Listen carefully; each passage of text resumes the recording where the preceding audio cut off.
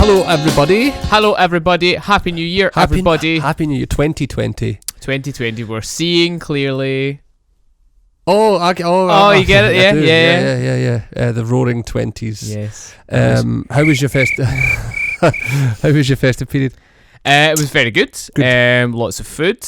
Lots of lovely gifts. Just an all-round lovely time. What about you? Sweet. Much the same, man. Relaxed. Yes. It's the last quiet one I'll have for a while. It is indeed. It is indeed. Are you excited? Yes, I am. Nervous? Yes, I am. Yes. All of that stuff. All that wonderful stuff. All that wonderful stuff. Did you get any drum stuff? No, actually. Me Well, either. no, I tell you, I got a novelty T-shirt that has okay. Santa playing the drums, Right. Okay. which is great. I can wear it once a year, and yeah, it's comfortable. Yeah. Good. Yeah. I haven't. Did you? No, I didn't. You do. I did not get. Are you right? Okay, so are you happy or are you sad that you never got any drum stuff for Christmas? I'm happy that no one took a punt. Interesting. That's the most conservative answer I think I've Well, ever heard. I have all the gear I could need, really. Yeah. So what I don't know that what anyone's going to buy me. Plus, you manage a drum shop, Right. So, like, what could anyone get you that you couldn't really get yourself? Well, that's kind of it, you know. Yeah. And I mean, I would not be ungrateful if someone provided me with a drum product. What is it? Ew. I mean, if it was something that I couldn't use, say someone bought me a 13-inch head. Like, which well, point? I have a 13-inch snare, but you know what I mean. Like, if they bought me a 22-inch bass drum head, I don't have a 22, so. Okay. So at that point, you would frisbee it back to them. Yeah, totally. Yeah. I would just, I would open it up on Christmas Day. I would take it out of the box and I would throw it clean right at their head.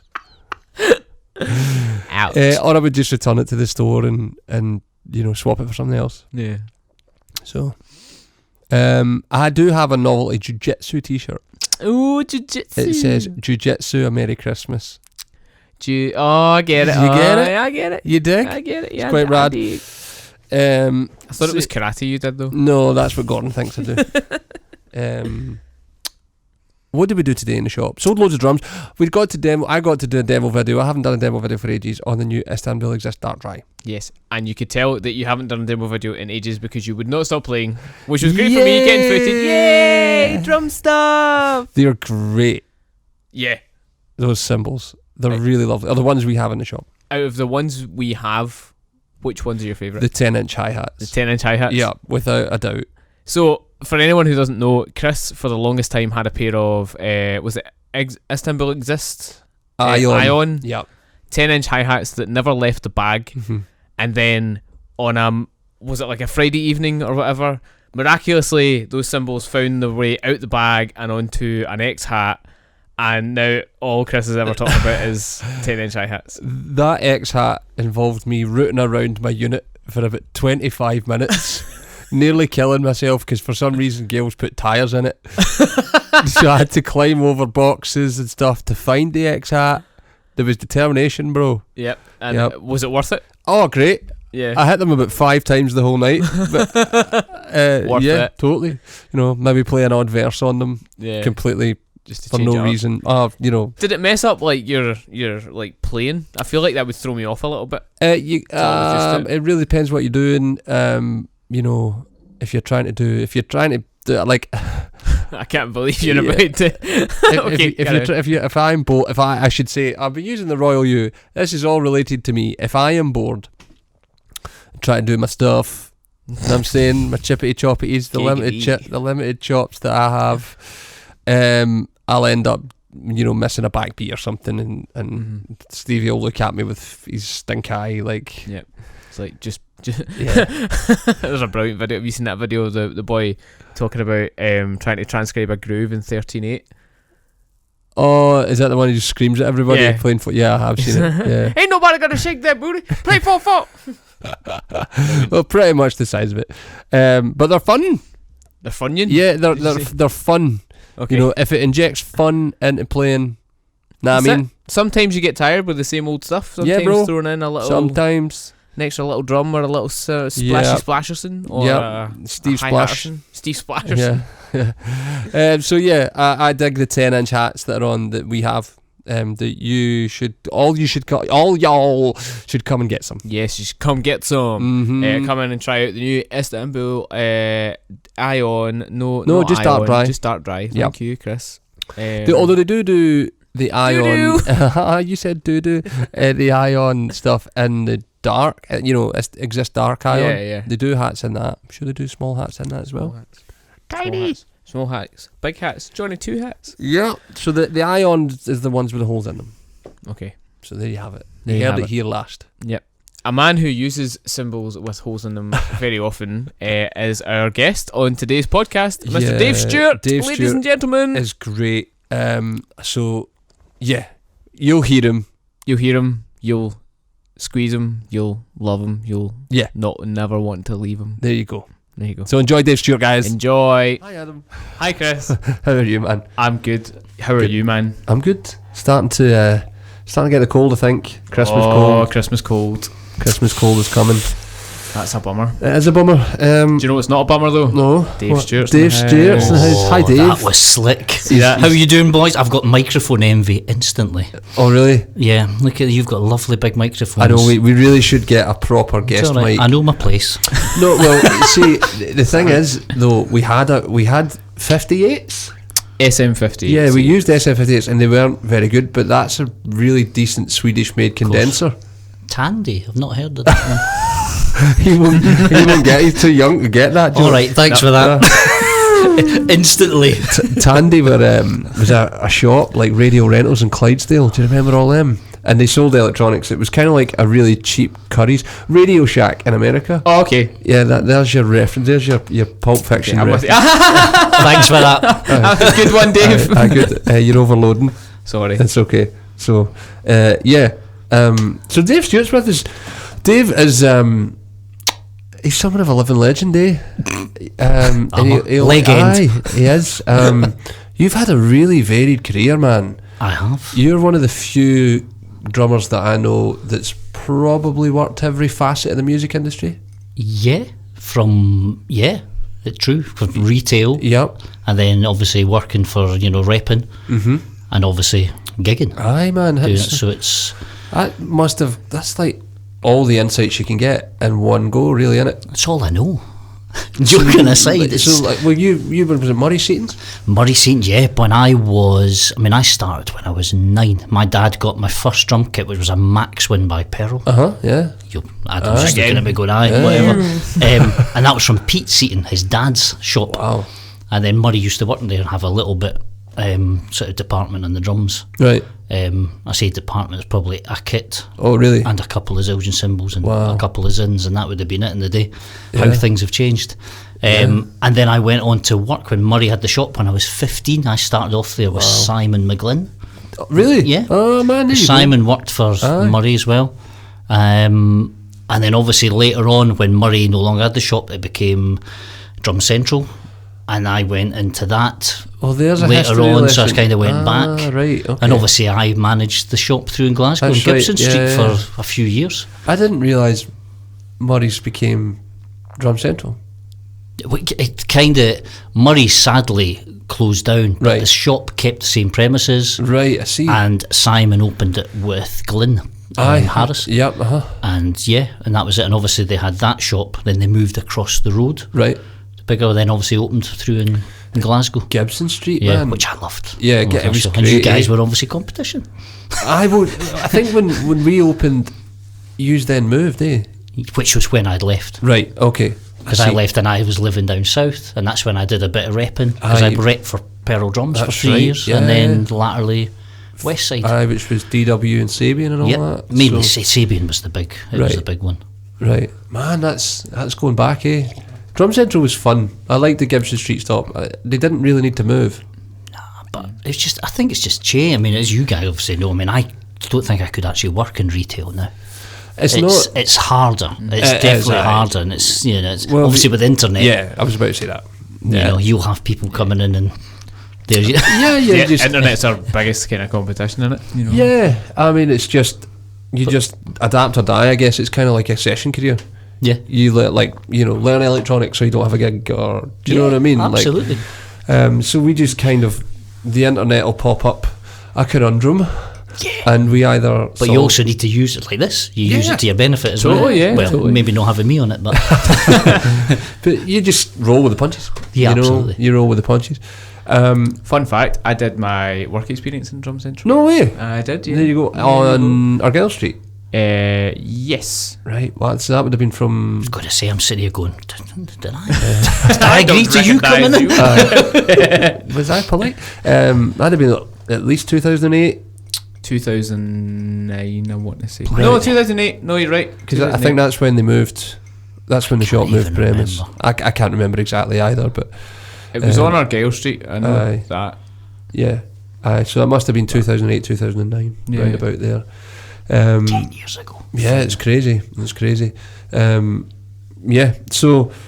What took you away? Because repping's an odd choice to go to if you, because you was playing a lot, eh? Yeah, I mean, I've been gigging since I was 11. Right. Wow. You know, I started playing when I was 9, and then was lucky enough that at the time kind of, you know, did a lot of gigs just because my drum teacher had a lot of jazz gigs. It was mainly jazz I was doing. Right.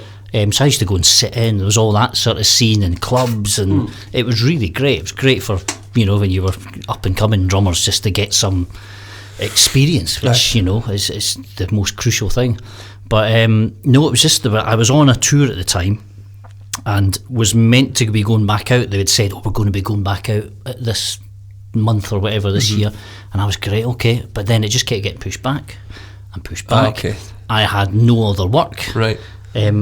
Coming in, and you know, the sort of repping thing came up, and then at that time there was a sort of change in my life. I was about to get married, and you know. Oh, okay.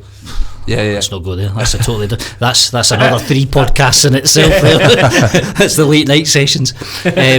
And my then wife was from down south, and I moved south, and you know, just the gigs dried up. So it was a good time to kind of go down, and the job at Pearl came up, and I got offered it, and I thought, you know what, let's do it. Give it a punt. Yeah, you know, it's either that or sit there and kind of go, how do I pay the mortgage this month? Adapt to that. And it's even now, to be honest with you, if work dried up, I'm not too proud to kind of go, well, I need to go and work down Tesco's or, you know, just whatever, you know, because it's difficult. It's a really hard. I mean, I've been lucky that I've kind of been worked, but that's just from graft and a bit of luck and ability too. You don't get the gigs if you can't do them. Yeah, but there's a wee bit of luck involved, you know, and timing as well. Just you know, and sometimes there's times where I've been on one gig and something else has come up, and by the sake of maybe 3 days crossing over, I can't take the other one, and it might be months. But you're like, that's just one of these things. It's so annoying. Yeah.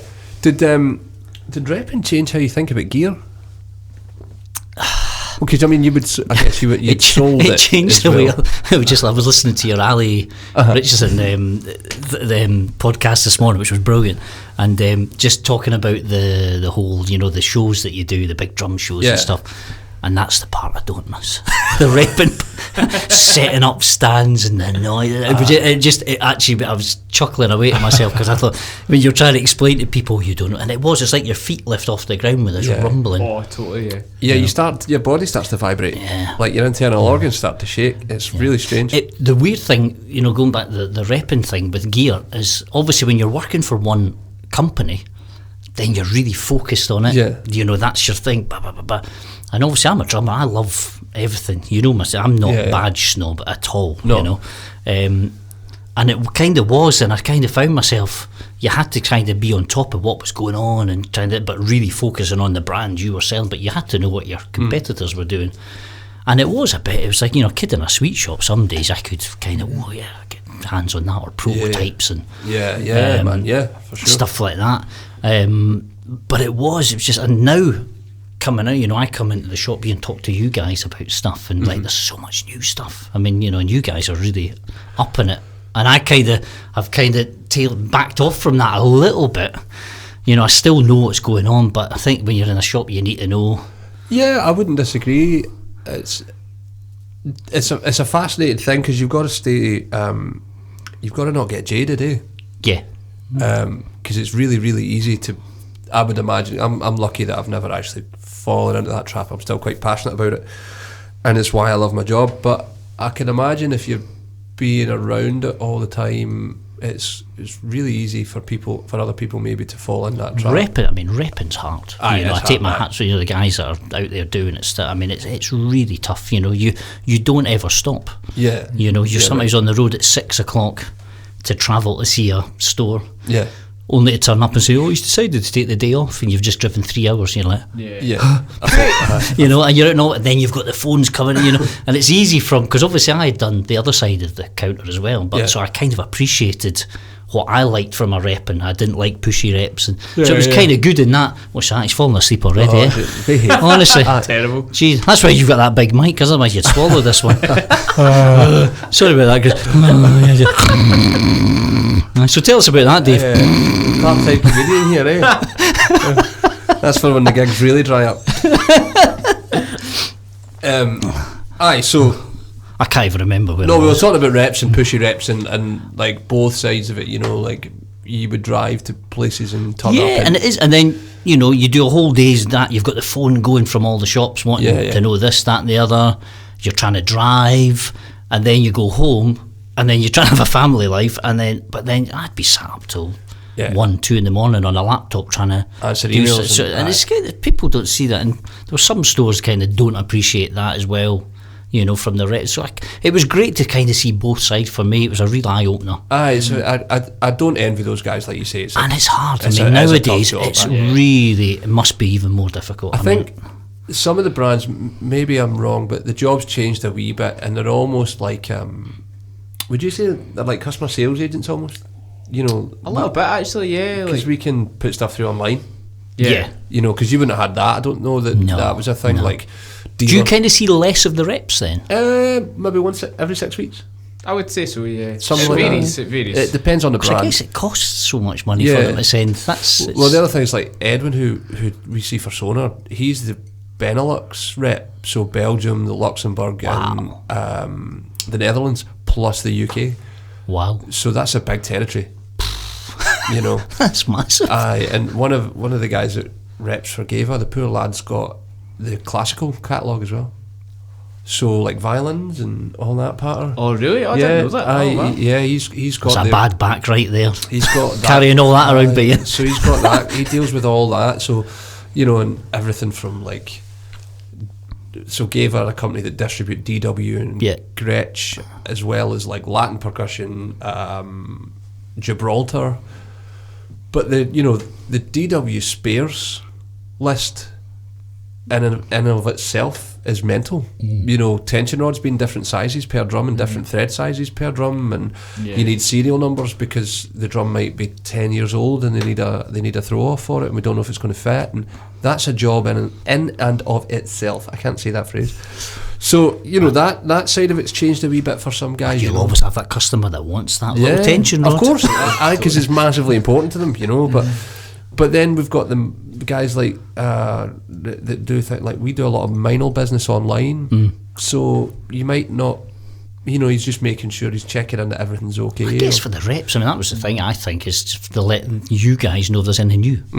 Let you know changes are going to happen. This is going to be new. This is coming. Yeah, and they do say, to be fair to all of them, they solve customer problems really well. There's no one is difficult to deal with, and they all get it from the customer's point of view, which is really great. Because they understand. I mean, the majority of them are players as well, eh? Oh yeah, vast majority. Yeah. So they get it. Yeah. They get that tension rods are important and all that, or if something's turned up out the box and it's not right or something, So but it's a tough job, man.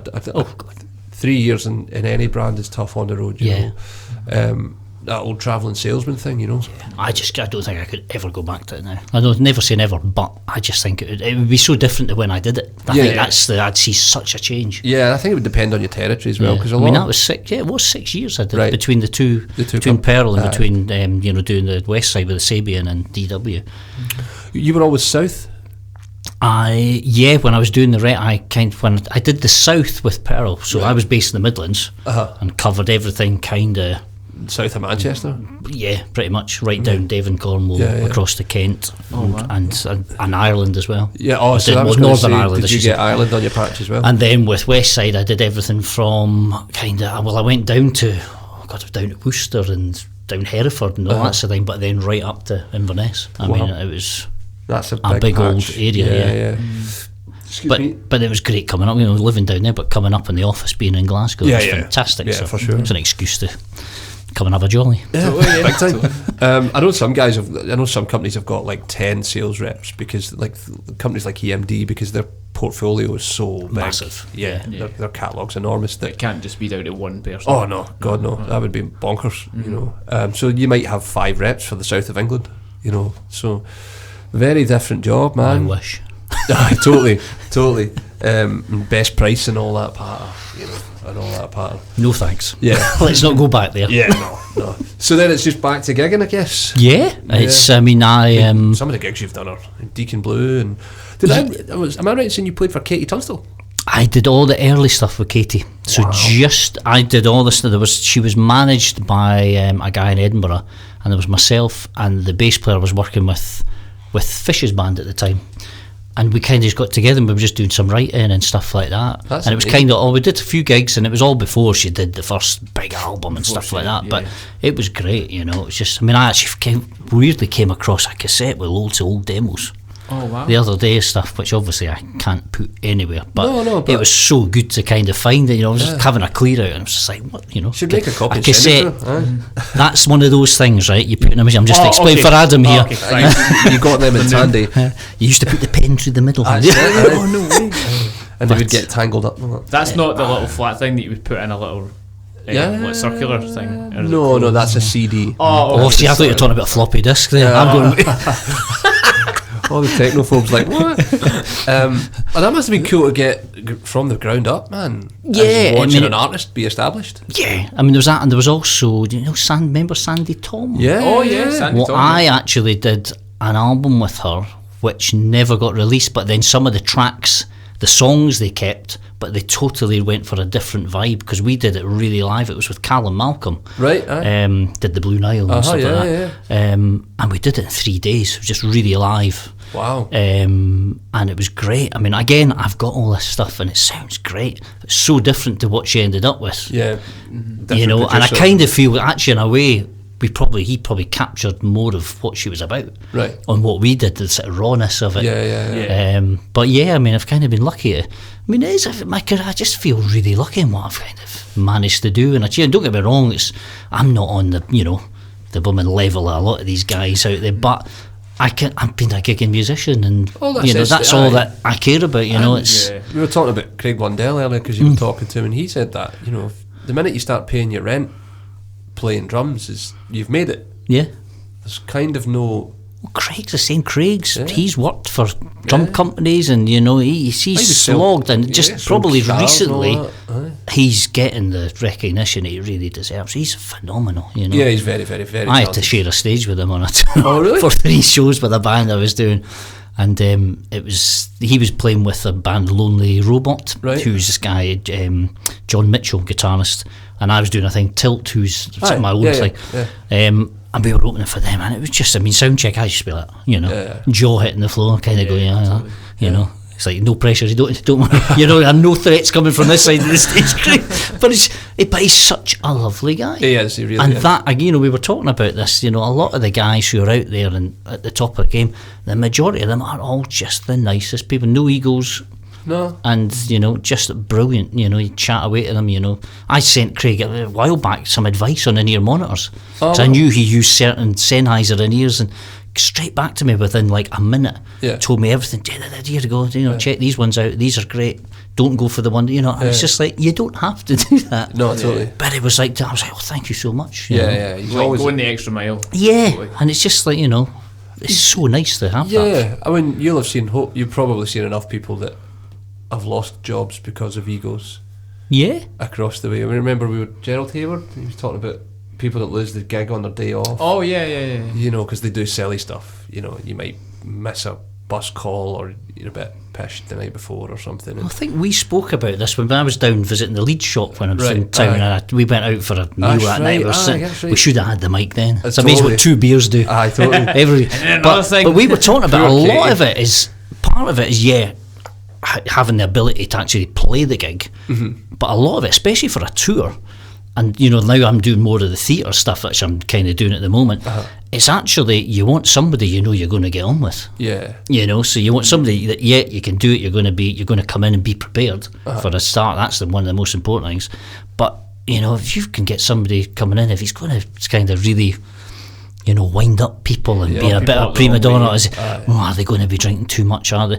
You just don't want that, No. I don't want somebody like that in the band, next year, because it's just a worry. It's another worry you don't want to have. It's bad enough you're trying to focus on the gig. So it's a big thing. That's I think Steve Barney's he's there's a name. God. He's constantly working and but again, I don't mean a horrible baby, he's probably not one of these like shredders. No. But he just grooves and lays it down. Yeah.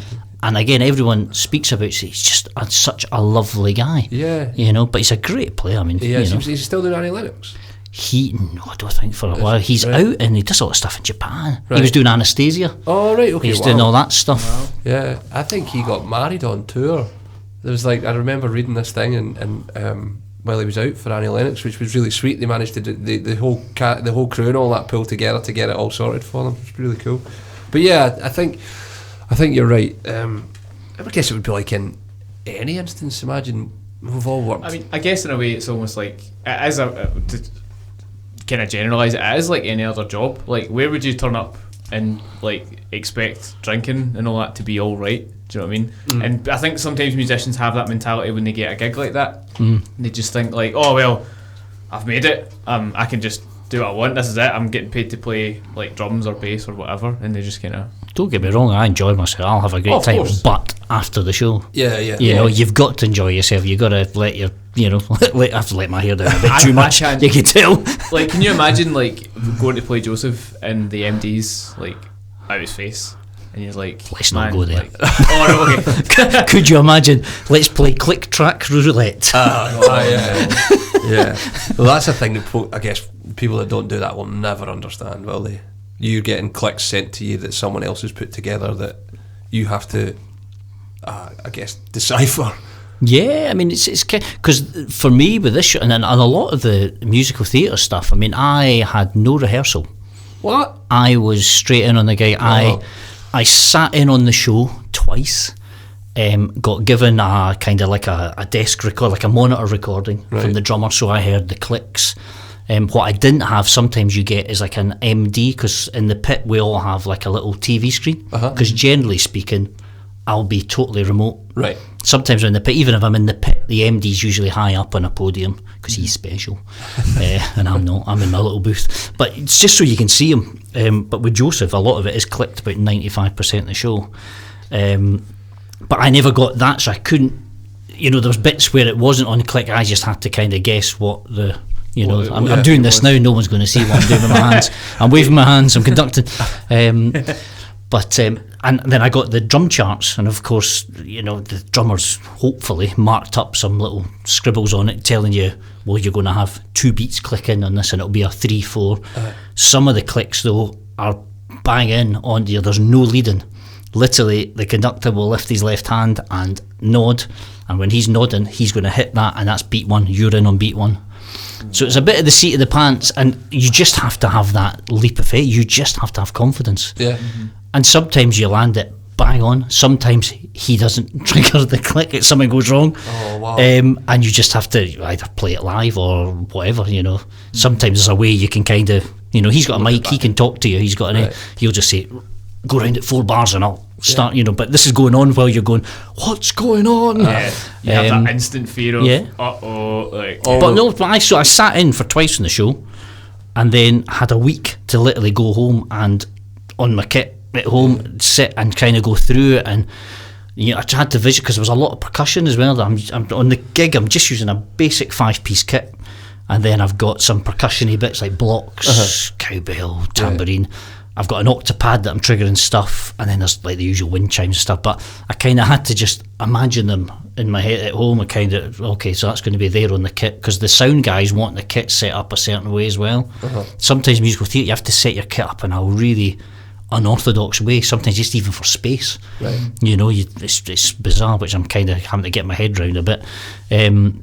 But it was, and then I had a week, and then I was in, and it was down in Cardiff, the Millennium Centre, and literally my first time of running the show was, they have a sound check on day one, which lasts about an hour and a half for the caster and stuff, so I don't get to run the whole show.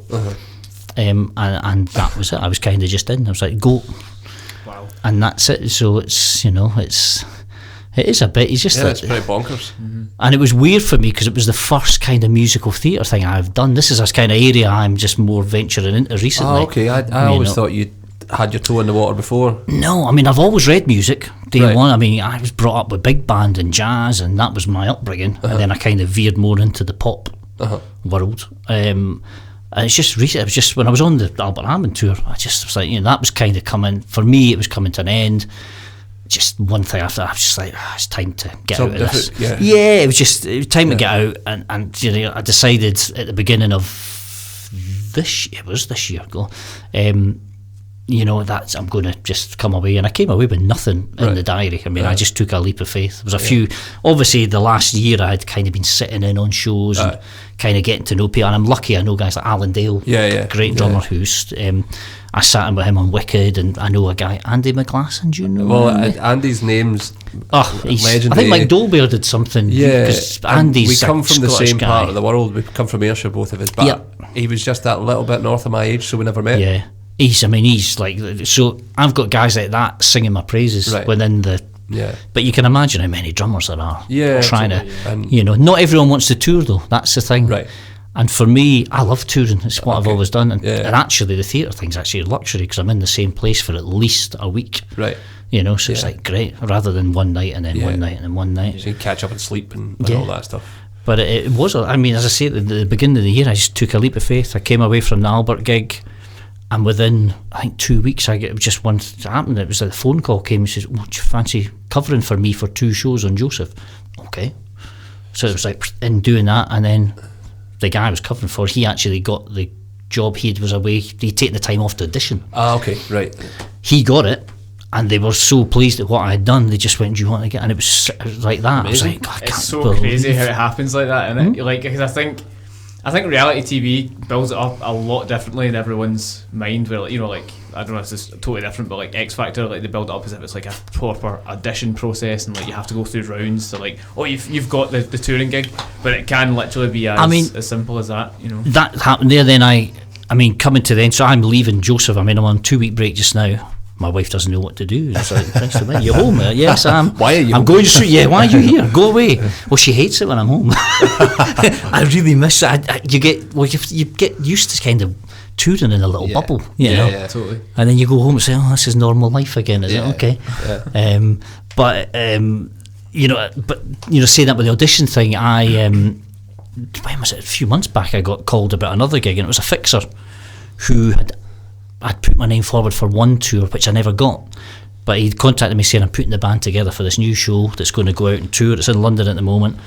Would you be up for being put forward?" I was like, yeah. I thought nothing else of it. And then the next minute, I get a phone call from him saying, "I'm about to send you through 2 sheet music, 2 parts of music. And one of them's got a backing track with just percussion and BVs. The other one just set the metronome tempo. And I need a video audition. And I need it tomorrow." Sort of thing. It's like, oh, okay, right. And that's the other thing. So I had to do a video audition. So it kind of, and of course I did it. Never thought anything of it. And then a few days later, they're really keen. I was like, okay. And I think I was up against, I don't know, 5 guys. I don't know. And they said they just want to hear one more track, a ballad, because the other 2 songs were really upbeat. Do that. So again, did that, sent it off.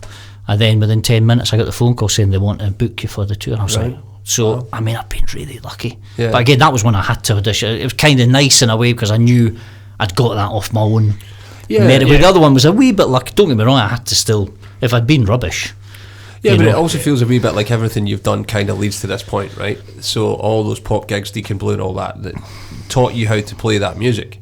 Yeah. And play inside those It's parameters. weird as well, because I mean, now when I go back to jazz stuff, I mean, yeah, but I wouldn't say I'm a jazz. You get guys like Alan Kosker. Yeah. I mean, Alan's just. Yeah. I'm like, That's fuck pretty this. scary. But it's funny because then some of the pop guys go at me, oh, you've got a real jazzy touch. Yeah. And I'm kidding, but to jazzers they go, Christ, you're like Lars Ulrich or something, less slick on the bass drum. But I think I'm growing up again, I try to play as many different styles. Do you think that's missing coming up now? Kids that are learning to play, do you think they're still getting that? I think that, well, what we spoke about earlier, the fact that there's not the same sort of the pubs and the clubs and that sort of background. Because my teacher, it was a guy called Kenny Duff that taught me, who was just incredible, no longer with us sadly, big band drummer, and he was just great. But he used to just take me along and say to my dad, bring him along, I'll get him up for 3 numbers with his little trad jazz band. And then, and from that I got a gig with, when I was 15, the big band called Tommy Sampson Big Band, which was actually a big deal. He had a lot of guys that had gone to the BBC Radio Big Band, and he had the guy Jay Craig on baritone sax, who at the time was playing with Buddy Rich. Oh wow! So I've got a signed skin and pair of sticks from Buddy Rich. I've got photos. I've got, it's like the Holy Grail in my house. But it just, because Buddy Rich was just like, if it was a kid growing up, he was just it. Yeah, he was your idol. I don't know but for kids, I just think people sometimes get too bogged down with thinking, I've got to have all the jobs, I've got to play as fast as I can, I've got to be showing off. You see the stuff on social media, and it's a weird one because it's great, and yes, it gets you out there and stuff, but a lot of it for me, you'll get gigs by playing a good time. Simple stuff, having your kit sounding great. So say, going, being prepared on a gig or whatever. But I just think the kid, maybe there's just not the sort of, I don't know, I got the, growing up, I had the chance to sit and play with a lot of real established musicians that were a lot older than me. I was always the youngster, how things have changed. And I just don't think there's as much of that now, sadly. But I do think kids just, it's kind of, they look at some of these guys on, like, and don't get me wrong, it's like, I used to be in all that fusion. And now it's just like, I just want groove. I want Steve Gadd, I want Jeff Burkett. Guys that I've always been into, but I'm less about all the flash. And it's weird because the gigs I've had, like Fish, prog rock, Camel was another band. Jesus. It was all, weird time signatures and stuff. Yet, I love Earth, Wind and Fire. I love the Jackson 5. I want all that, But again, I listen to everything, from 9 Inch Nails to Mozart. I just think that's funny, innit? Because I think talking about social media and all that means people don't really think about working. Like, you came up as a working drummer, where you had to play just whatever was put in front of you. A weird thing though, when I come back to Scotland though from tour, I cannot get myself arrested here. I can't get a gig. Really? Like even a Dep on a way, because I used to be, before I moved south, I used to be in, but again the scene's changed. A lot of the wedding bands are much younger now. It's a really, but you're at the back and all that. I think drum. But it's strange. But some people say, I didn't want to bother you, or I thought you'd be busy, or I thought, and it's just like, that's what I was going to say. Do people just assume that you're already busy? And actually, or that I wouldn't want to do it. And I'm not being funny, but if somebody says, "Oh, will you Dep for me?" and don't get me wrong, I'm not going to go out of the house for like £5 to do a pub gig that starts at 1 a.m. No, but whatever gig I do, I treat it with the same respect. I'll go and I'll learn it, and that's just me. Always prepared. I'll write little cheat sheets so I can go in, because I don't want to go in and make an absolute mess of it, more for me and not for the people. But some people, it's just all about the the cash in it. But it is. But as I say, I come back from tour and I struggle. It's funny, isn't it? It's a weird one. But that's the thing. You kind of go away and yes, it's great. I've got 8 months' work, but all the local stuff, just it's. And I guess it's get that kind of thing is getting smaller as well. There's not as many venues and no, there's not, and the way they treat music's very different now. I think, have you ever been the guy that puts yourself out? Is that a thing that's normal to you? Like, hi guys, I'm around, by the way, if you're looking for a drummer. I will. Right. I mean, the minute I came, for instance, when I came off the Albert gig, when I had nothing in the book, I probably contacted you guys. I'm just saying, listen, if there's anything, let me know, blah, blah, blah. just because I think you have to just let people, and that's where social media is great, and you do that, do all that, but it's... well, I've never been massively comfortable with it, that's why I'm asking. I don't do a lot of the whole play, all the videos, and there was I went to a phase where I thought, I need to be doing that. Yeah. I need to be doing that. And then part of me was going, hang on a minute, you're away all the time anyway, you're busy, and actually when you look at it, a lot of the guys that are doing the videos actually aren't gigging. Whereas you're generally your touring drummers are just heads down and getting on with it, and you kind of don't see, but then that online thing can be a job in itself. It's kind of, we're in that sort of, it's funny when we were talking about Neil Wilkinson earlier, he's got like next to no online presence at all, and he's on some of the biggest gigs going. So it's this weird sort of paradox between... I try and take a step back from social media, because I've taken it off my phone now, so it's only on my iPad, so I've got to be in the hotel or whatever. So it's just because otherwise you just sit and you scroll. It gets to the point you get 5 minutes break in the gig in the pit, and you're like, it's like, no, just focus and and it can rule you. Do that, you lose concentration. And it just rules your life. I mean, I think you have to have a certain presence. Well, Neil Wilkinson, he proves you don't, but I think it's not a bad thing. But it's just I just like the thing. I'm there. People can see me. They can get hold of me. And it's a nice tool. But I think it's just it shouldn't. It's not the be all. It's not how you get gigs. You're not going to. No. It's a strange way to be. Ironically, you've got a job. I know. I was going to say, ironically, fighting the corner.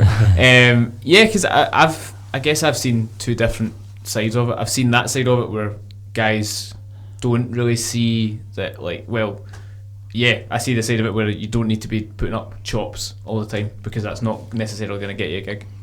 It's weird though, because I've also seen a lot of people who have got gigs on the back of what they put up purely because of what they play and because they're just known.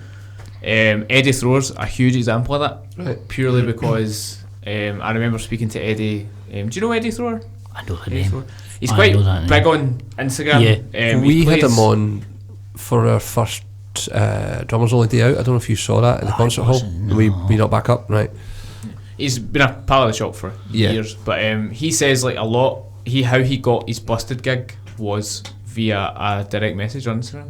There you go. And it's crazy, just like so. It's interesting just to see two different perspectives of it as well, because one side will be like, "Well, this is how I got my gig," and the other side's like, "Well, I've never used it." I think it's getting the balance. I think that's it. But I see too, but I think there's too many young folk just thinking. And again, not even just down to the but just even playing wise, fast chops, putting it all out. It's just I think balance is the key. I think you're right. Neil Wilkinson even said that. He's like, can you imagine if imagine someone comes in and they're like, oh, here's this really cool 30-second note, like blast beat, and they're like, okay, cool, can you play 4/4? Just play a groove.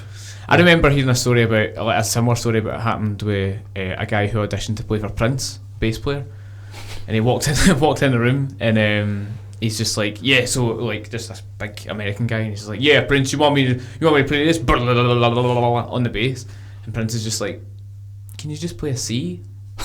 And he's like, and I don't think he got the gig after that. But like Prince apparently has this way of like crafting a musician, of like they might turn up like that where they're just like slapping the bass or like playing really really fast, but kind of he'll still have that style within them, but he'll kind of rein them in a little bit. And obviously, well, he used to because he's but and that's the thing. I think is that when you go on a gig, you've got to adapt, especially with the singer-songwriter thing. When we did the Albert Hammond thing, you've got to adapt to every gig you're on as well to kind of suit what's needed. I mean, where does it?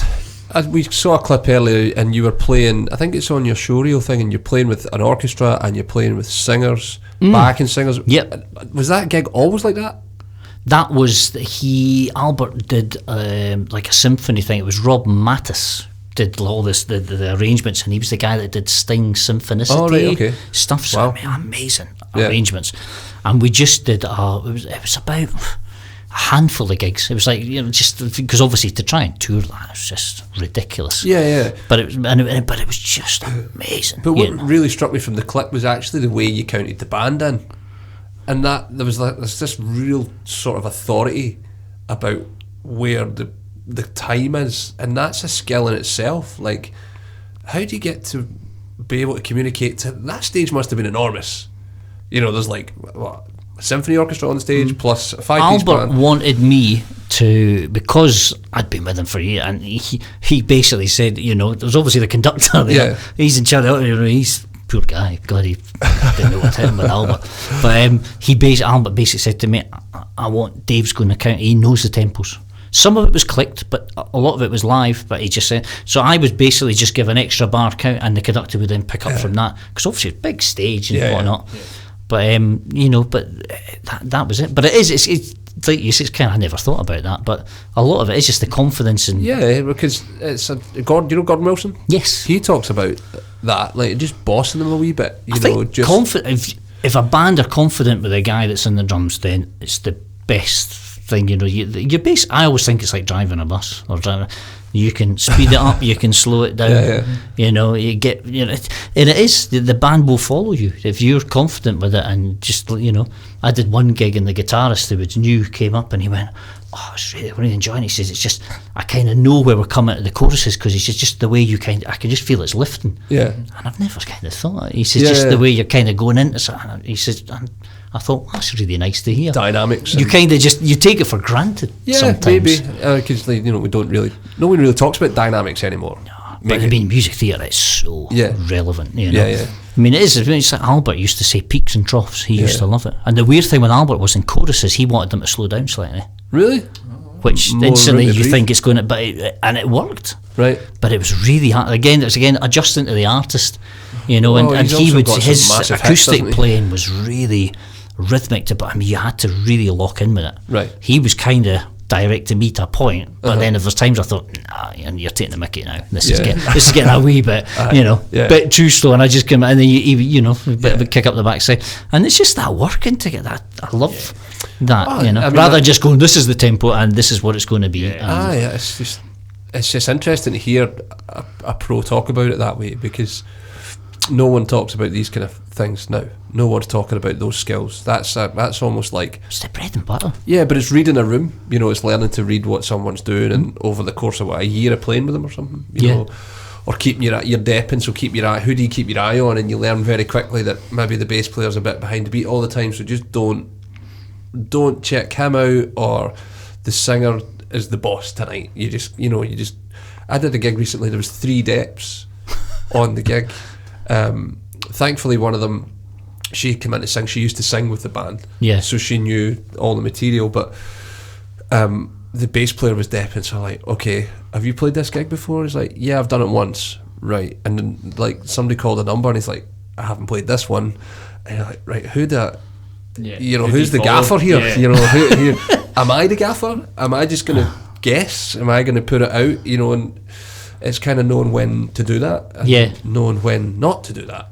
I think it is. It's like if the drummer is confident, then everyone else will be relaxed. Yeah. It's just if you just lay it down, you've kind of just got that. It's like you're saying, even on the theatre stuff with clicks, you'll find certain musicians, some like to sit back, some like to push, and you just have to sit and kind of every now and then, like, come on, rein them in, or just switch them off in your mix. Let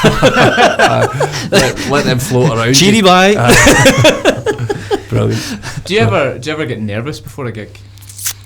Yeah, I still remember when I did the Joseph, when I was sat there first time sitting, it was like, got that on, I've got the in-ears and I'm in the pit, and then you hear the ladies and gentlemen, welcome. You can see the house lights going down, and it literally is the bums clenching, but it's adrenaline. I mean, I literally was shaking, but it's adrenaline, because I kind of don't get nervous.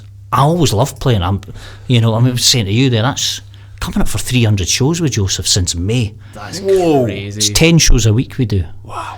3 on a Saturday. It's ridiculous. It's a really tough schedule. How the cast do it, and it's a big play as well, that show. It's it's funny because people go, Joseph, red and yellow and green and bright. I mean, that's the one. Yes, it's a rock show though. But and there's no dialogue in it, so everything is in the music. So when it starts from the top, I have got no breathing space.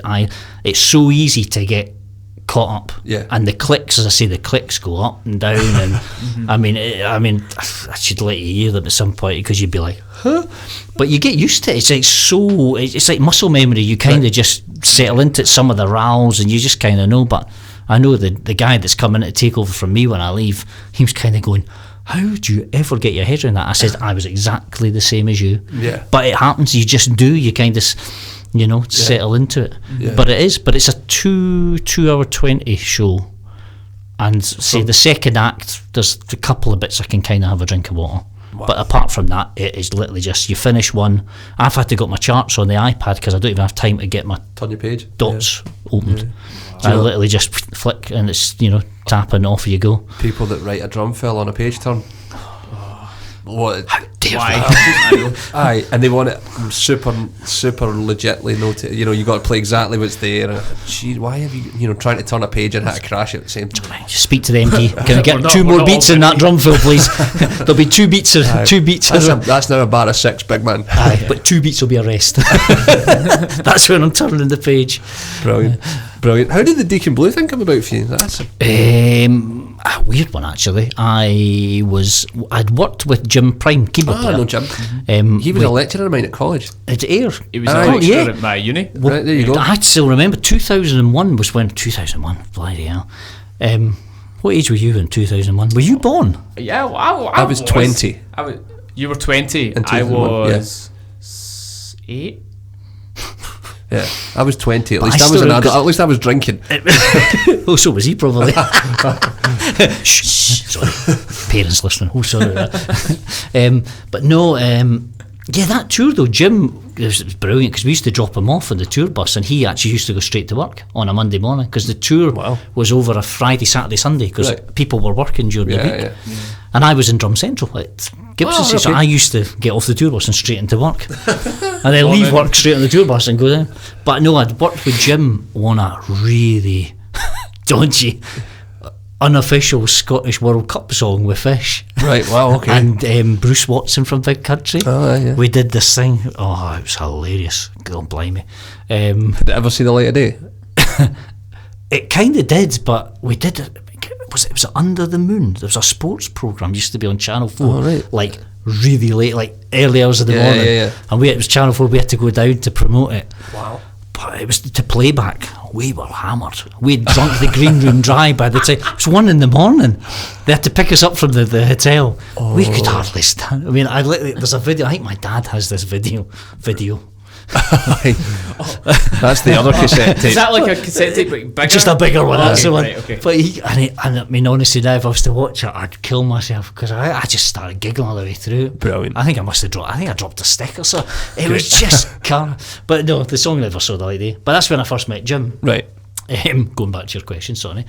And then a chance came up. The guy who was tour managing for them had been working with Donnie Monroe, who I had been doing some stuff with. Another one I'd done when he left Runrig. I did the first couple of tours with Donnie. And he kind of said to me, he says, "Are you free to do this? It's just a mime down at, I think it was Heart FM down at, Ascot or somewhere down south." Right. It was one of these big things, there was like steps were on, and I can't remember who, it was loads of like boy bands and girl bands, and it was just 3 tracks to play back. So it was the first one was A is for Astronaut, which was their single at the time, and then it was Dignity and Fergus Sings the Blues or something like that. And of course I'm a massive Deacon Blue fan. I took my first girlfriend to see them when I was 16. Edinburgh Playhouse. Brilliant. Stuck behind a pillar. I got cheap seats. But yeah, and so I got this. It was just a mime. But unbeknown to me, they just wanted to see how I got on with everybody in the band, Ricky and Lorraine and things like that. Was Ewan still playing? No, it was a guy, Scott Fraser. Right. I don't know. Scott's a Glasgow guy. He actually does a lot of stuff with Craig Armstrong. Right. Oh, yeah, composer. Yeah. But no, and it was the last gig that, it was the last tour I did was the one with Graham Kelling. Right. Sadly before he passed away, bless him. But so no, did that gig, thought nothing more of it, and then I think a month or so passed, and it was like, oh listen, we've got some summer festivals. Doogie Vipon, he's busy because it was at the time he was doing a lot of television. Right. Do you fancy doing it? The guys want you to do it. They really liked what you did. But no, but it was just the fact I got on with them. Yeah. You up for that? So, and it was. So I literally got a set list of something like 68 or 70 songs. Whoa. 2 days rehearsal. Wow. It's like a wedding band gig. But it was, and Ricky loves to change the set, which was great. I love that. Right. You know, you'd have the same start, it would be like a few blocks, but then everything else would just get mixed up. And just keep it fresh. Yeah, for sure. So I did the summer festivals, and then suddenly they announced they're going to go on tour, the UK, the end of the year for over 3.5 months, but just doing Friday, Saturday, Sundays. Would you want to do it? I was, of course I do. Did that. And then I did a couple other things with them after that, some festivals, but then obviously when Graham left, Doogie really, they needed more of the original members, but absolutely brilliant. Yeah, I mean, those songs are... On the tour, Ricky Ross was doing the support slot, doing his solo stuff. Oh, wow. So I was on with that as well. So again, it was... I mean, Deacon Blue's set was 2.5 hours, and then Ricky did 45 minutes. Wow. So I had to learn his stuff as well as stuff, but it was just a fun I gig. suppose being a big Deacon Blue fan, it wouldn't have really been a chore. Like, I've to been learn it all, lucky, you know, actually. It's like with Fish, I was a massive Marillion fan. Right. So getting that was just, you know, I actually never got the gig first time round with Fish. No, really? I was 18 and I auditioned and I never got it, and I wasn't ready. I just knew I wasn't ready. And then when I was 22, the call came again. It was Davy Payton. Oh, right, okay. The bass player who was playing with him. I mean, Davy's worked with, he had his own band Pilot, you know, January and Magic, the songs, but Davy's worked with Kate Bush and Elton John. I mean, Davy's had a great career. But he actually had come in to a pub in Edinburgh, and I was playing my rock and roll band. He walked in as I playing Wiped Out, and he was like, oh, it's drummers, I like that, and then stayed for the rest of the set. Didn't speak to me. Right. Left, and the next day I had a phone call and said, hello, it's Fish. I'm going, of course it is. I remember you, why would you phone me again? And I was like, no, bass player's been in, and he says, you're great. He says, I remember your name from last time. So I went in, and there was 16 drummers up for it. I think I was number 7 in, but I got offered a gig there and then. But I actually, one of the songs I still remember was Incommunicado. Right. And it was the intro, you know. I don't know Marillion. Nobody had got past the intro because it's just in a weird time. It's not that difficult, weird time signature, but none of the other drummers. So the band hadn't even bothered learning the rest of it. And of course I was like, oh, I know this one. And it came to the and the band just went, and they had to stop. I went, what? Come on. Come on, boys. But it was, and again, I mean, I went from playing, that was like that for me was my big break. That was when I kind of, you know, I went from playing pubs and kind of in different bands that were signed but small venues. Yeah. And then 3 weeks after doing the pub, when I got the gig, suddenly I'm on the same bill as Aerosmith and Whitesnake and Out of the Green to about 95,000 people. Where I'm kind of going, okay, this is what it's all about, isn't it? Yeah. But again, you find out your backsides for. Why my nickname was Squeaky. A lot of the fans that still you'll see they'll message Dave Squeaky Stewart. That was my nickname because I was squeaky clean. You know. Okay. Was, you know, I'd get up on the tour bus in the morning, and they're like, "Oh man, you're making the breakfast." I am now that man. Oh man. I learnt so much. That it was great. I had such a good bunch of guys to learn off. A really amazing. Cracking bands, especially that age, eh? Oh God, yeah. And it's really funny now because now I'm the oldest one in the bands. I'm playing, you know, the musical theatre thing. They're all, even the crew, 20, 21. Yeah. I mean, that's another important thing I think it's not taught is when you're on the road, you've got to get on with all the crew and start really, you know, without them, you know, I got told, look after the crew, they will look after you. Yeah. And it's really important, you know. Yeah. It's because it's very easy to forget about them as well because they're not in the light of it all. Do you know what I mean? They're the ones literally making sure they're on just the show silly runs. little things like going out on stage if they're in the middle of setup and something, you just go, who wants a coffee? Yeah. And go and get them all. You know, it's like for them, it's like, oh, thanks very much. But it's amazing how they will bend over backwards then. Yeah. For you, and it's just, but I think that's just, I think you're generous people. I'd like to think I would do that anyway. But it's, you know, I mean, you get spot. I mean, I had drum techs and.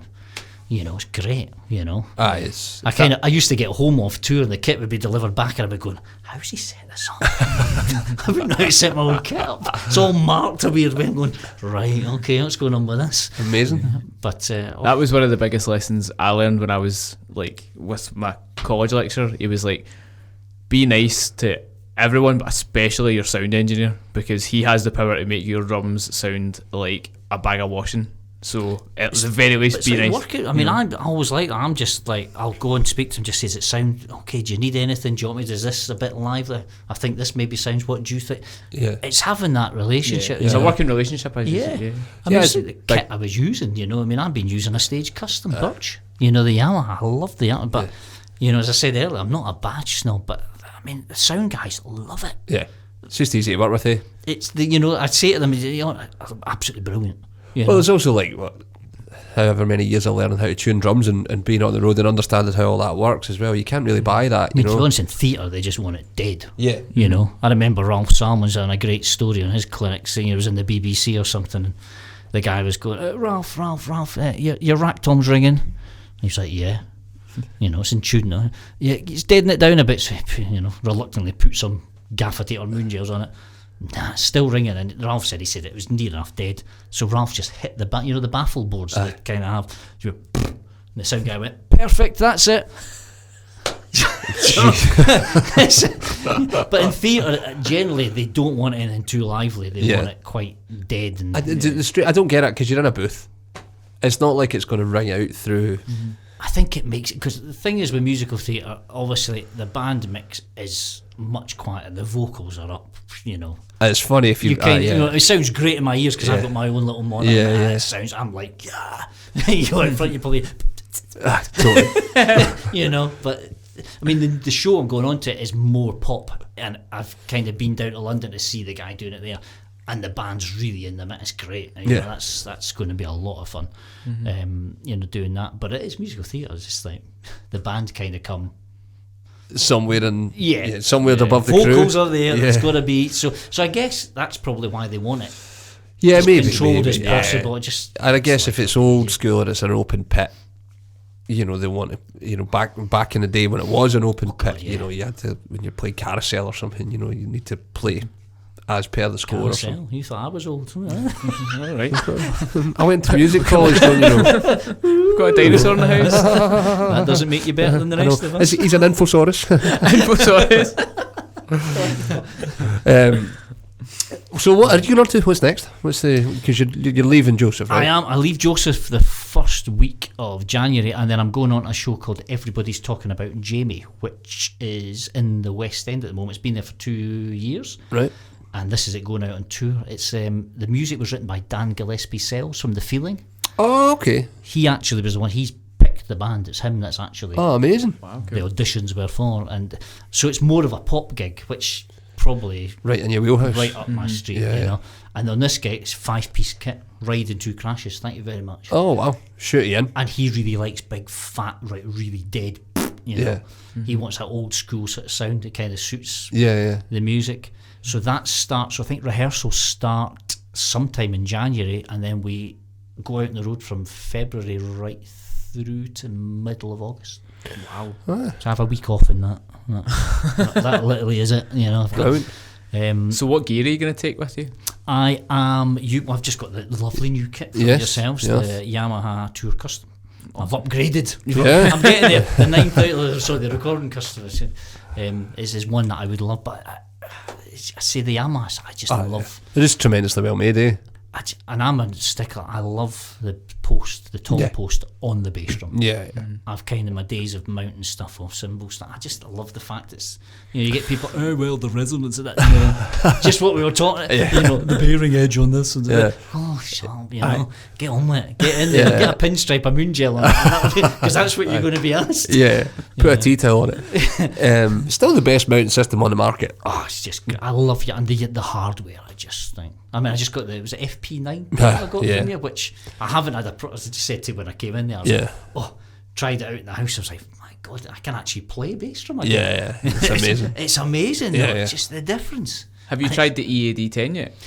I've tried a go. I had a quick go in here, and I think when I was Simon Edgoose, there was a music show. He was and he sat me over, and he's yawning again. I know. Past your what time is it? It's because it's past your bedtime. It's past my bedtime, aye.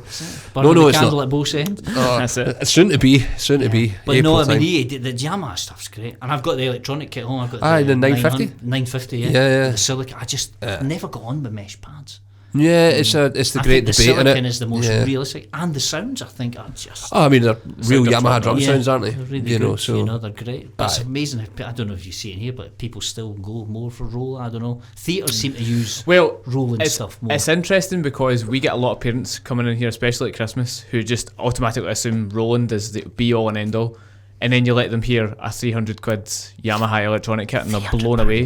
They're blown away by it. It's frightening how now that's kind of your entry level drum kit. The CB back in the day, which was 265. It's crazy, man. It's crazy. Even when we opened up 2006, what you were getting electronics wise was not great at all. You know, it was expensive for not a lot. It's like everything. The technology is getting so good. It really, really, really is. It really is. The tech into that pedal that you've just bought is just. But it's so easy to use. That's what I love about it. You don't. I mean, what was the other thing? I think when I got the two-legged hi-hat stand with you as well. And I think I said to you, no, it's not got one of those bottoms that you need to unscrew. I just can't be doing my faff. Yeah. I just set it up, let it play. But those pedals make no noise. Yeah. I don't know how they do it. Like, there's no. You need to put your beater in it, mate. That's where I've been going wrong all this time. Poor That's fella. what happens when you start snoozing, Chris. A poor young fella today was in here in the demo room trying out some cymbals earlier on today, and unbeknownst to us, the pedal spring snapped. So he's playing the drums without the pedal, and it's like, it took about a minute for me. Like, have we got a pedal on that kit for this kid? You could just hear his foot like hitting the carpet. It's just like he would play a fill in and then hit the cymbal, and there's no bass drum, and you're like, what's wrong with that? Well, like, is that not the way exactly, Chris? What's wrong with that? Have we gone wrong again? Have I been doing it wrong? I've just lost my train of thought now. You two, like some old pals. Have another wee snooze, maybe get it back. Yeah. No, the pedal. Aye, totally. You should check one of those EAD 10s out though, if you can get a chip. Might be a little treat to me when I'm Yeah, you still Christmas playing present, perhaps? You still playing Sabians? Yes. Yeah, you've been a big proponent of Sabian for a long time, eh? Yeah. I mean, it's obviously I was Zildjian through and through. I mean, I had an endorsement with Zildjian since when I joined Fish's band. From that sort of time, I got endorsement. Tina, bless. Yeah. Tina's lovely. But then obviously when I then went west, I started, trying a few, and I kind of still, again, I'm not bothered. I'll mix and match. Yeah. If it sounds right, why not? For sure. But I just love the Sabian stuff. And it is, but then recently I've sat in on the show I'm going on to, the drummer down there, guy Ali Van Rijn. He was using the Paiste Masters dark stuff. Oh, yeah. Delicious. However, I want to hear this HHX complex stuff. We've got some upstairs. I'll let you hear before you leave. Oh, blimey. Yeah. They've just come in. We've had like hats crashed a ride just come in. So it's funny how things change. Like when I started off, like when my younger years, it was like brilliant finish and 15s and 16s and maybe a 17. We go for a 17, and now it's like 19s and 20s natural, thin and dark. Yeah. I mean, God, I guess when you were going to Murray's or before you started working there, you wouldn't have got anything but Zildjian, really, would you? It was all Avidas. It was just Avidas. That was it. And then A Custom came out. Yeah, in the 90s. I mean, kit wise, what do you want? Do you want a Pearl Export or a Premier APK? That was your starter kit. Yeah. That was it. Wow. It's crazy. It's nuts. It is bonkers to realise what choice. I think we are selling something like there's 5 or 6 options for your first price kit just now, or up to like 700 quid. There's like quite a lot of things. Everyone's trying to recreate the wheel. Well, the export's still selling. Yeah. The Pearl Export will sell all day, man. Pearl did away with it, remember? I do, I think I was working for them, we went, huh? Yeah. What? Did they not do something bonkers like they changed the forum to make the forum like an export? The export had the name. Yeah. Yeah. So the export still sells, man. All day. There's so much, like I said, the mid-range kits now from all the companies, they are good enough to gig. Well, there's my stage custom, the one I traded. Yeah. I mean, that has been round the world and back. Yeah. I mean, that's done me 4 years with Albert Hammond gig and other stuff. Well, I think I only had to change a couple of little brackets that kind of just worn away. The kit you've just bought, those like the old Maple Custom Absolute shells, it's the same shell, man, and it's great for the dosh. It's outrageous, Don't get me wrong, it'd be lovely to have. I look at SQ2s and I look at record, but I kind of go, that does the job. Well, the minute a sound engineer actually gaff it, and it might get knackered onto it. You know what I mean? I'm also a bit like, yeah. It's a funny one, man. It's a funny one, especially if you are working all the time. Yeah. What do you get for yourself? Guitars are slightly different, I guess, because it's not, there's not as much. And there's not as much to go wrong with it, and it's probably going to be. And you can also take it on the flight yourself, as opposed to relying on some baggage handler launching it on or something. Can you imagine you just spent like $4,000 on an SQ2, and you literally see a United Airlines pilot launch the bass drum? Yeah, just like It doesn't bear worth thinking about all that stuff. Do you do any teaching, man?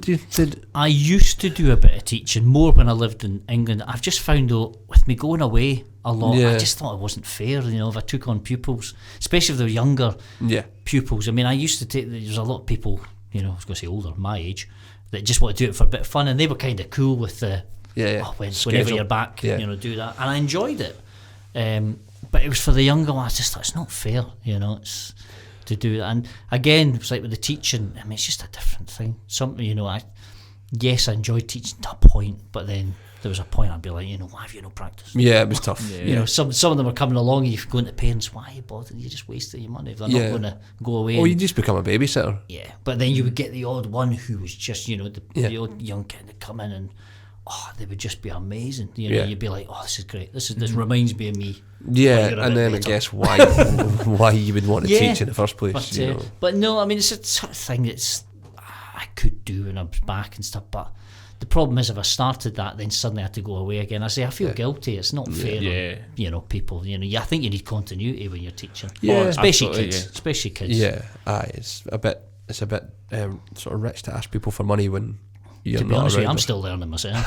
Yeah, there's that as well. Big time. That's the other thing. I need to book myself in for lessons again. Yeah. But, I've been looking maybe at Craig or because when you're doing the same show for so long, you kind of do get your kind of foot comes off the gas. And don't get me wrong, you're still playing in that, but because you're playing the same thing. Yeah, it's different skills that you're working on, isn't it? Yeah, it's kind of I think you can always learn. That's the thing, you never stop learning. I mean, there's so many guys out there. My God, they could blow me away with one hand. But again, it's just if you turn up and I guess I get booked because people know that I'll be prepared and I can do the job and reliable. Or you go on holiday to Cuba and I'm suspiciously inexpensive as well. That's the other. I was talking to a customer who years ago who went on holiday to Cuba. He's like, these guys will turn you inside out on some of the stuff, and they're playing on like stag instruments and stuff because they can't get good gear, and they all sound incredible. You're like trying to learn that stuff.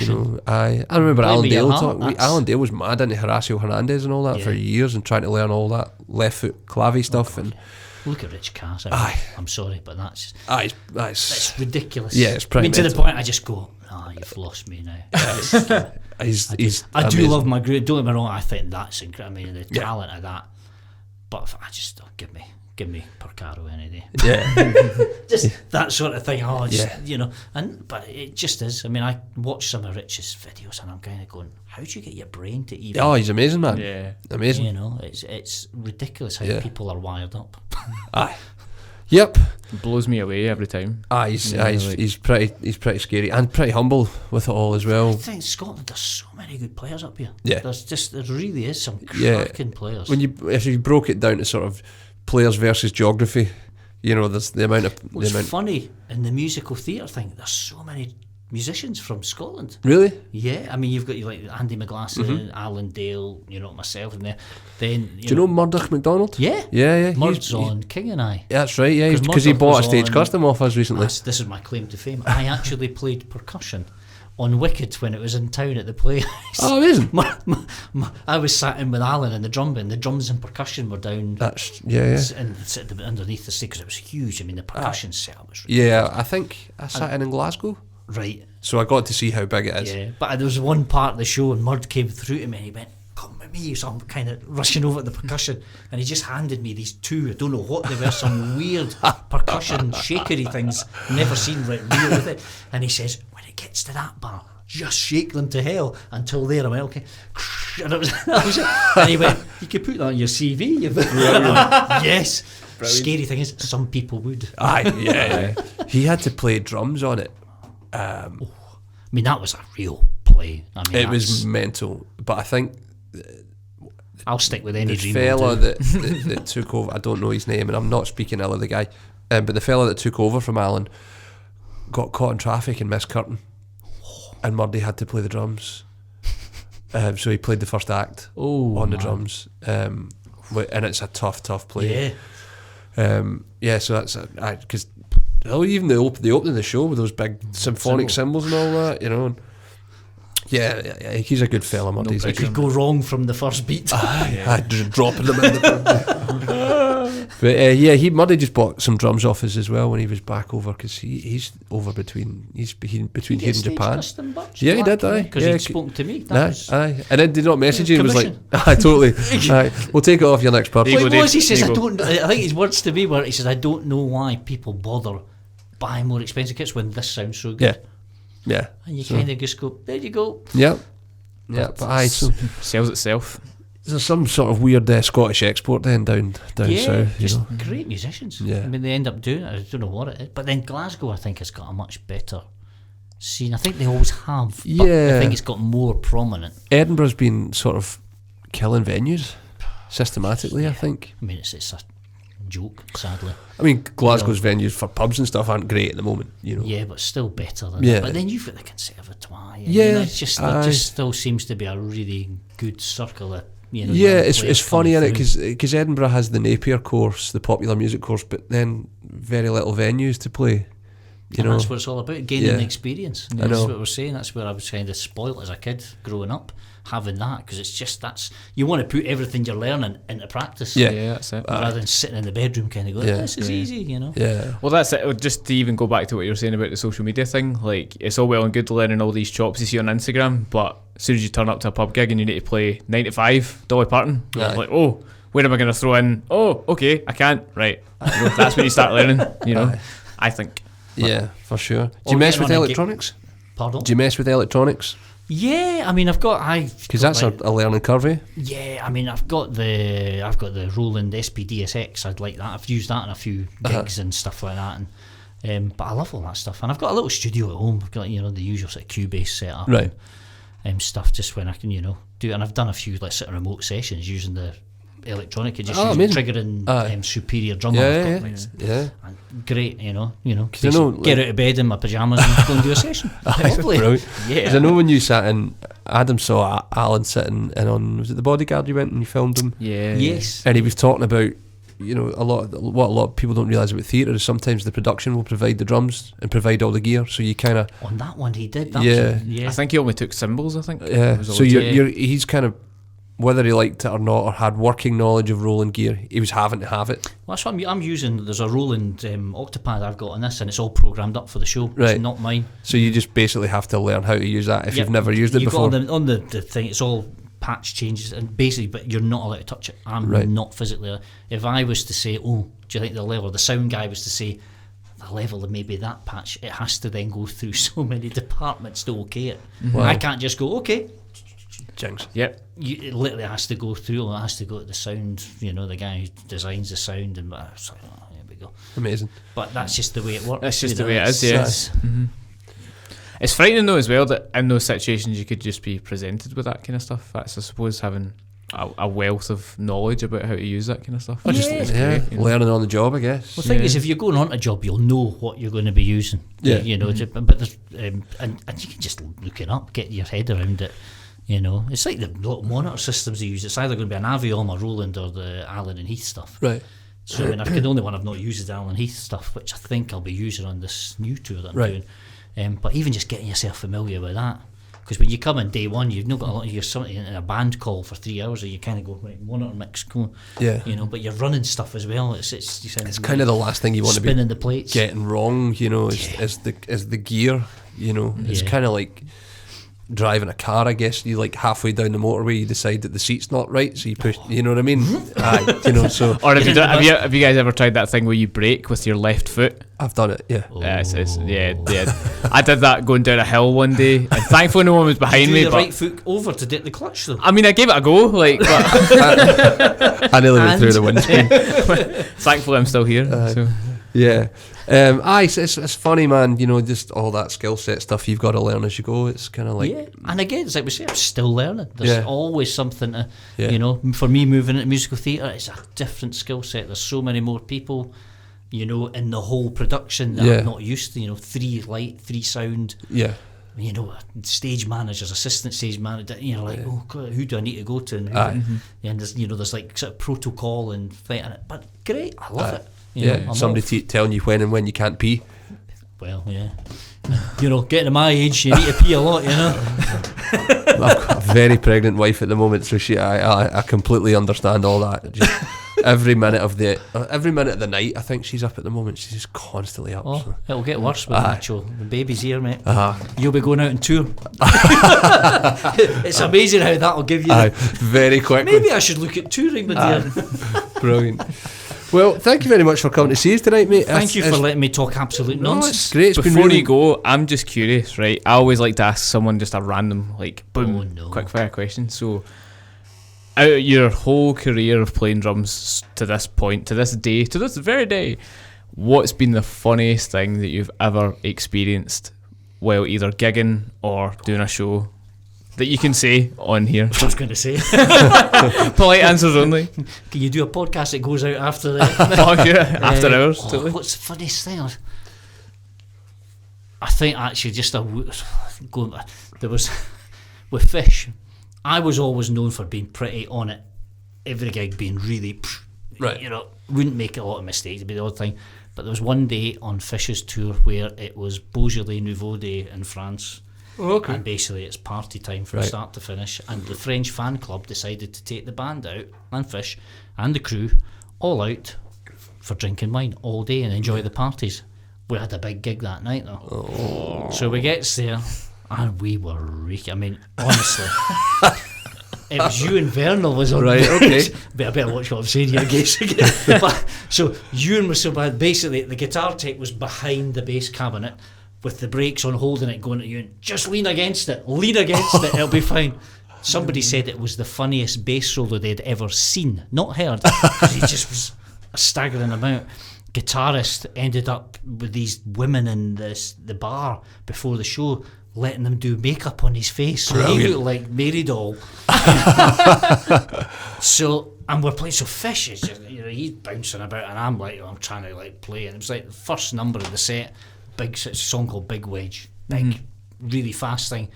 And I just remember the stick flying out my hand, went whoosh, and it was just like slow mo's like that. Looking at it now, I've got a stick bag next to me full of drumsticks.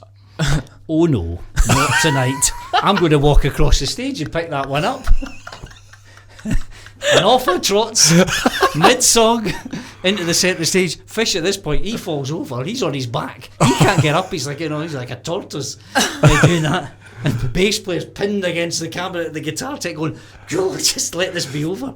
And I picked it up, went back across, started playing again. And Brilliant. Our front of house guy, I think he just had his head in his hands. He's like, what is going on here? That's amazing. And I can't remember much about the gig. The next time I drop very a unprofessional.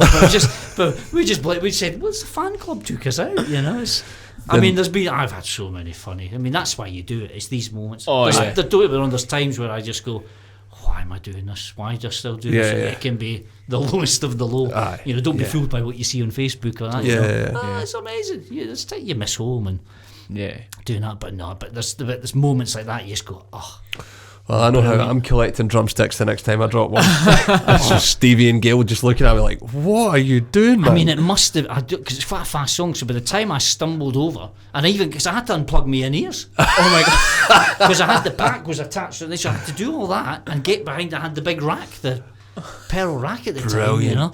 I bet it made absolute sense in your head as well. Somebody must have filmed it. I mean, back then though, there wasn't as much of it. Somebody would have to have a video recorder. Brilliant. But it was just, and I just remember then, I mean, it must have been a good verse and a half a chorus by the time I got over there. That's amazing. That's amazing. Probably just brilliant. But there you go. So there's one. Oh, that's class. Well, thanks very much, mate. I appreciate it. Thank you for having me in, and good luck. The shop looks fantastic. Thank you. Thank you very much. And good luck with the end of the run of Joseph and the start of the I think we need to talk about Jamie. Yeah, everybody's talking about Jamie. Okay, Which I'm in the Kings. Brilliant. Okay, cool. Here. Well, we'll come and see you. And I think we do the Festival Theatre, the Kings, and then we're up in Aberdeen. We'll put a link on the show notes to the the page for the new show. Do that and say you guys want to come down and we'll do that. Hang in awesome. the band are on stage for this one. Oh, but not me. Right. There's percussion on this gig. You can wear shorts and t-shirt actually. and hide. There's actual percussion, so hence why I don't have to have any of that nonsense. Brilliant. Great. Nonsense.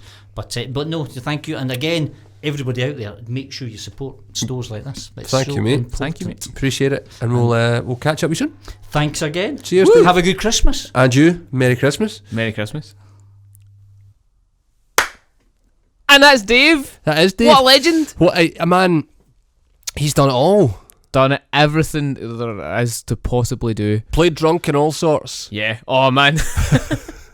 Just crazy. Love it. Imagine walking on stage with like that size of stage, being that drunk. I can't believe it. What a guy. Yeah. He's a legend. He is a legend. Lovely fella, humble fella, great player.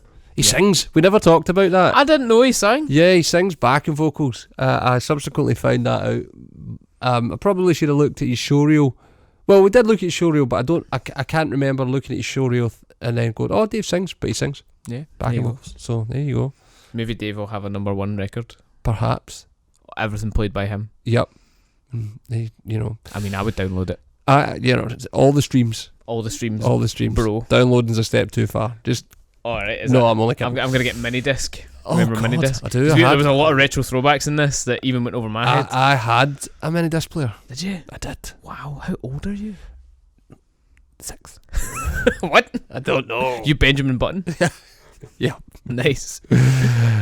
So is there anything else to talk about? Because that was quite that was a long interview, eh? It was a long one, but a good one. It's the first one of 2020. It is first the first of one of 2020. hopefully many. Yep. We've already got an insane guest lined up for either the next episode you hear or the episode after that. Possibly. Yeah, we haven't decided where we're going to pop it. Pop it, lock it, polka dot it. Well, it's hot. Pop it like it's hot and nice. Will I take us home? Yeah, take us home, bro. Brilliant. So, as you of course know by listening to this is Drummers Only. You can find us physically in Glasgow and Leeds. In Glasgow, you can find us at Unit 4, Weardale Lane, Queensley Park, Glasgow. G33 4 Jai Jai. That's G33 4 Jai Jai.